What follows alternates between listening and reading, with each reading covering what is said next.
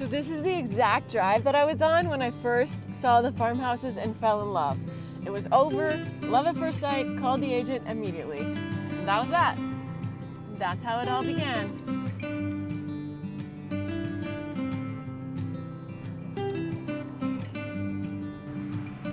So we're here at Longview Farms. These are the last two remaining farmhouses that are standing today. The rest were either burned or fell apart or just age took them and there was nothing left to be done. But basically when I saw these, I absolutely fell in love and I knew that we had to buy these. And I don't know if it was, the windows that were broken apart that really made me fall in love, or the half shingled roofs, or the boarded up windows. I'm not sure what it was, but I love them and I just wanted to bring them back to life.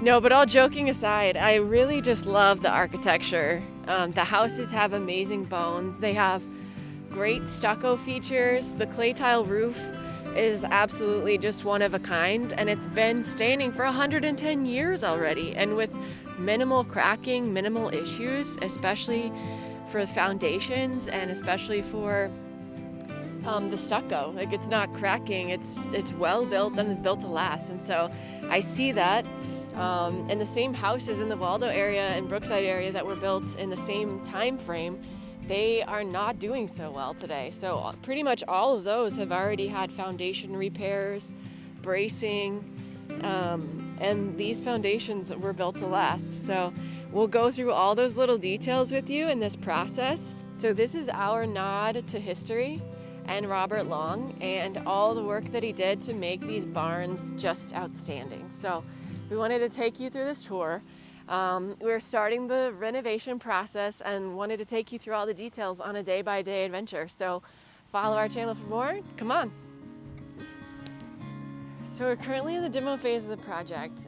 What we've started at this point is all the plans and drawings have been submitted to the city. So we're good on the permitting side of things. They're working through those details that we've worked for almost 11 months on the design drawings for these houses before we actually got to close. So because this was a historic property, because these are being heavily regulated by the city, because they just want to make sure that whatever we're doing is back to the historic nature of these houses.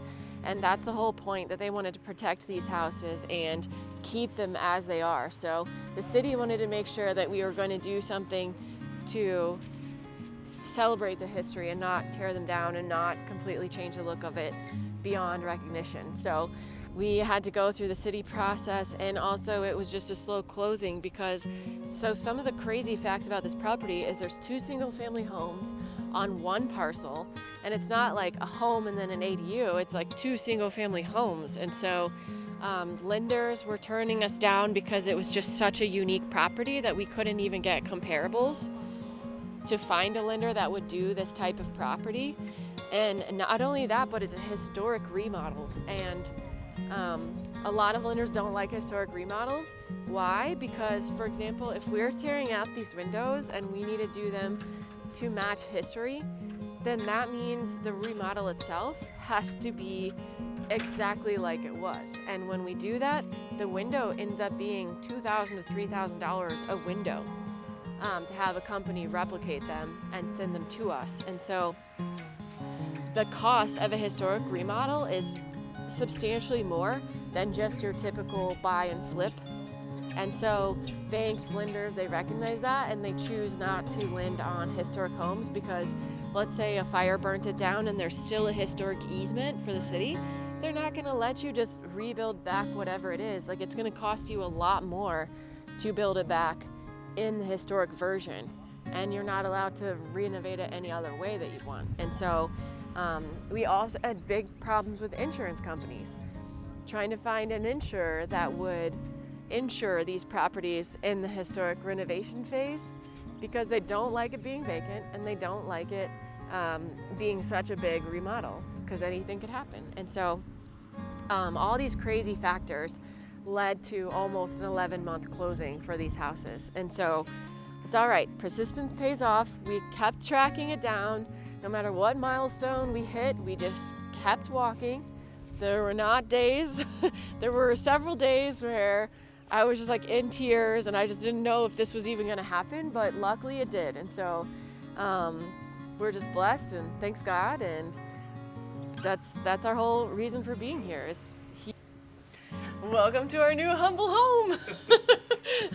So this is 760 Southwest Red Buck. This is our dairy farm manager's house. This is where Robert Long built for his dairy farm manager's family to live while operating the dairy farms next door. So we just wanted to give you a tour in this demoed state to show you exactly some of the really cool features that are still remaining, as well as the things we're doing to modernize it a little bit from 1914. So,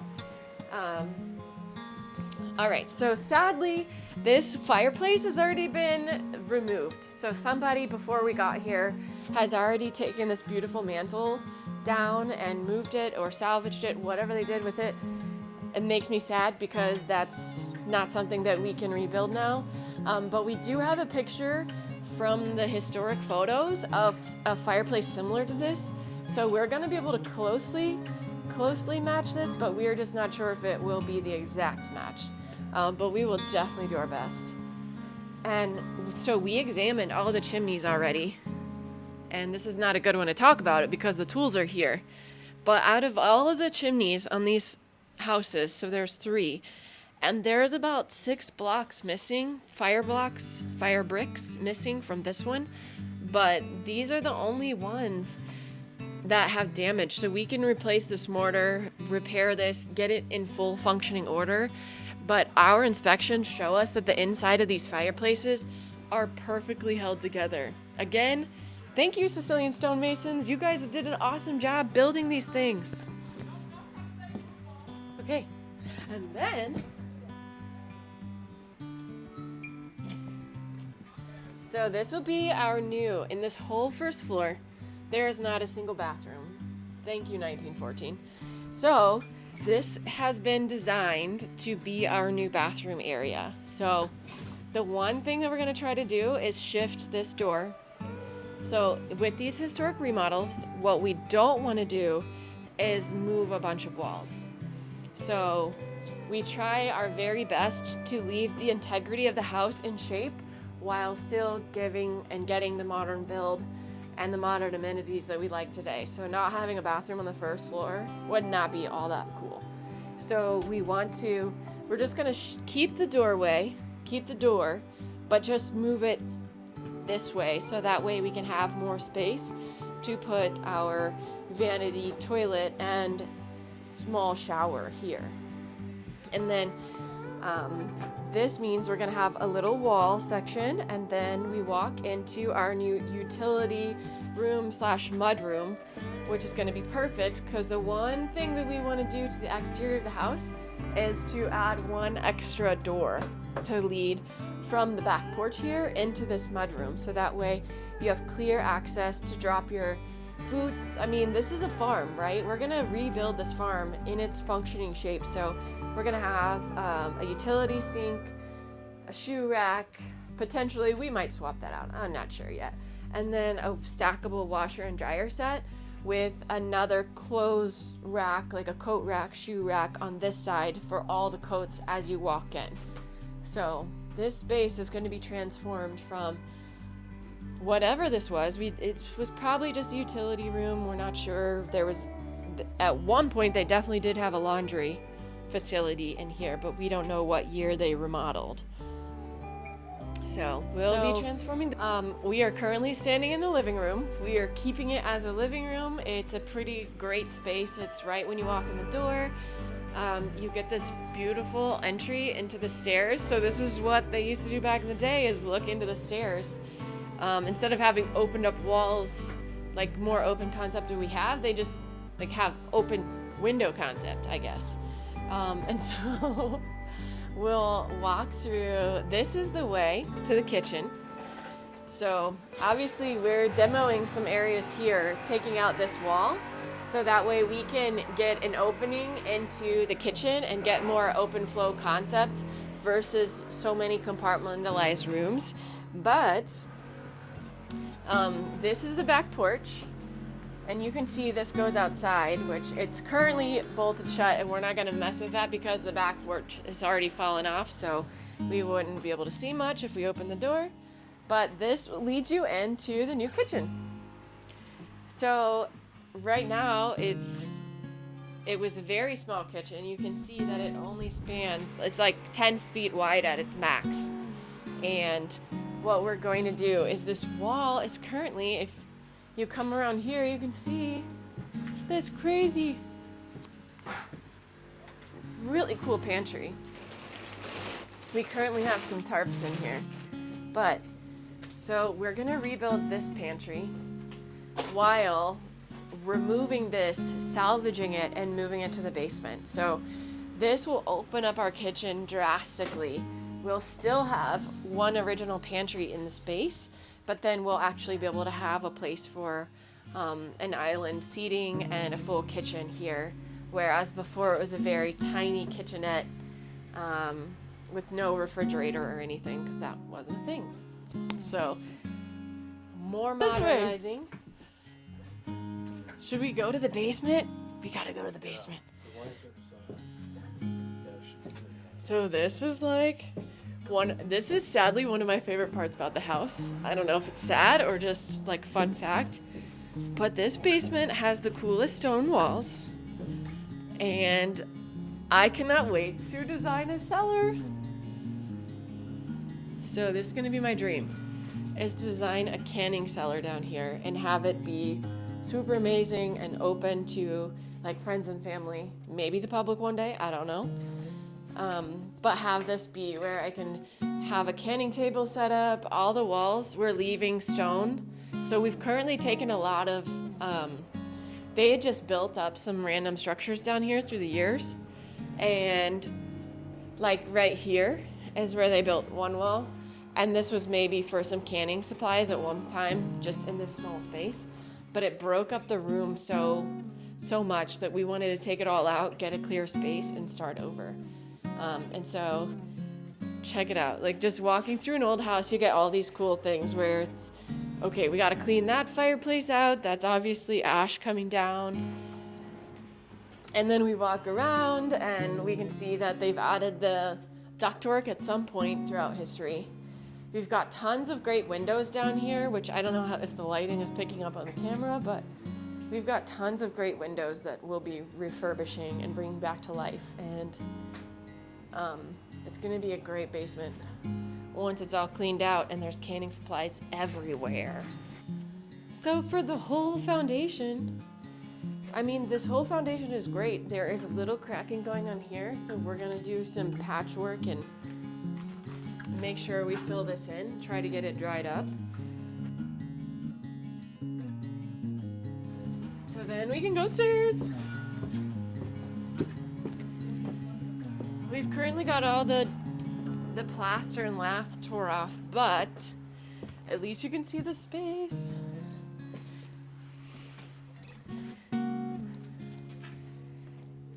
So this is the bathroom. This is where the clawfoot tub, sorry, not clawfoot, because you'd have to have feet and have them look like claws to be a clawfoot, but this was the old cast iron floating bathtub. So it sat right here on this ring that you can obviously see. And then there was the vanity right next to it, and then the toilet over there. So sadly, none of these fixtures, we might be able to save the cast iron tub, so we're gonna try that. But none of the other fixtures were in good enough shape for us to keep and reuse, because throughout the years, the houses had just been vandalized. So it's been sitting for almost 50 years, and the houses basically had been broken into. There was a bunch of writing on the wall, graffiti. All the light fixtures were taken off. The toilets were broken. Somebody had a lot of fun with a sledgehammer. So I hope they got their anger out. But sadly, no, we can't save those things, and we don't have all the pieces for them, even if we could save them. So, but yeah, so this is part of the bathroom.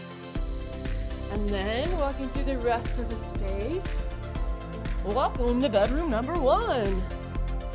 These bedrooms are huge. So they have these really cool closet areas on each side. Tiny little closets, giant bedrooms. And you can see that this is one of the areas that's been damaged completely, and we gotta walk around it. Whoop.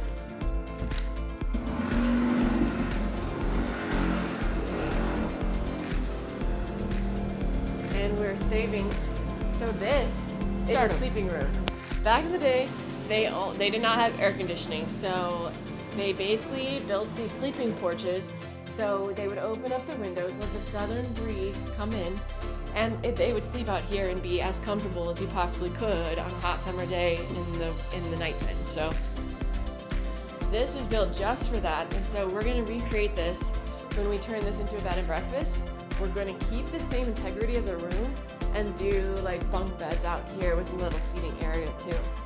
So, and then this would be the other bedroom upstairs. So, including the sleeping porch, there's 3 bedrooms upstairs and a full bathroom. And then downstairs, it's one full master bedroom. And then we're adding a bathroom in the utility area where the laundry used to be. And so, at least we've got a full bed and a full bath on each floor. And that's how it breaks up. So at the end of the day, this will be a 4-bedroom, 2-bathroom, 1,700 square foot farmhouse with a canning cellar. Let's not forget that. Like only a small section of this roof has been destroyed by water damage, so it's come down through that chimney area. So we'll be rebuilding part of this header and replacing a couple of these 2x4s. We're doing new drywall. Okay.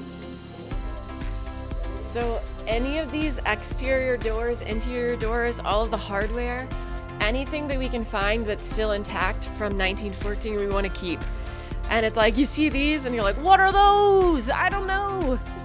These little metal brackets that have been installed on these doors. So we'll do some investigating and see if we can find out. Otherwise, it might have just been leftover metal that they used to brace the door and hold it together just as a fix. Okay, we're gonna show you the dangers of historic remodels and why it's not for the faint of heart, okay? We're taking out this deck, removing all this decking. We saw some rotting happening, and we definitely wanted to make sure that we could salvage it, save it, restore it. And as we took it out, look at this. Look at this. So we have put this in here recently, but this is literally all the entire deck, this whole post. The only thing that it was sitting on was this piece of lumber. So we've temporarily braced it up by adding some extra lumber and shoving it in there to keep it tight. But that's all the entire column was resting on. And if that column came down, so would the entire second floor. So gotta pay attention when you're demoing and renovating these old homes. Every now and then we gotta solve a couple mysteries. So in 2024, the year that we're in today, we don't know what this is anymore, but it's been built into the wall. So most likely that's for a planter box or something cute. I don't know, but we're going to search history and tell. Okay, we want to talk about this roof. So this is the part that we just demoed off, right? We want to talk about these intricate details. So obviously, you have these, which are built into the stucco here. So they stuccoed around all of this wood framing. And like you see this nail sticking out, which obviously we know that it's been nailed from behind. So all of these have been attached through here.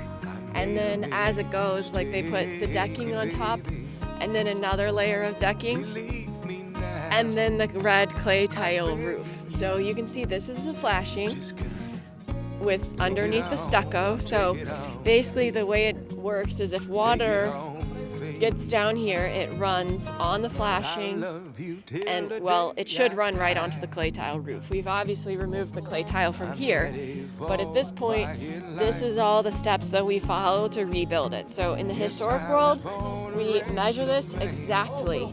We make sure this exact dimension is being replicated and put it back. So this is the cool beadboard underlayment. So that way when you're looking from below, you see beadboard. And then there's this really heavy decking that's on top of that, and then the clay tile roof. So this was obviously built to last, and that's why it's still here. But right now we're just in the rebuilding phase, and so we take note of every single detail that we undo, so that way we know exactly how to rebuild it perfectly like it was.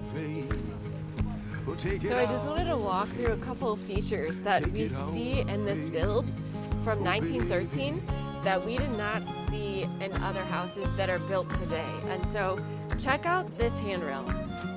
There is a 99% chance that this was built when the house was built. And let's just go through these details of why it's still here and it's not wood rotted out like other designs are today. So if you look at this top, the handrail, it's actually curved on the top, and this lets water drain to either side. And then not only that, but down here, they took the time to cut this at a slant. So when rainwater falls down, it obviously just drains off the side and falls through the deck. So the odds that this is still standing and this is still wood that's not even rotted out from 1913 are absolutely amazing. So gotta brag, these carpenters from Belgium knew what they were doing and they did it right. So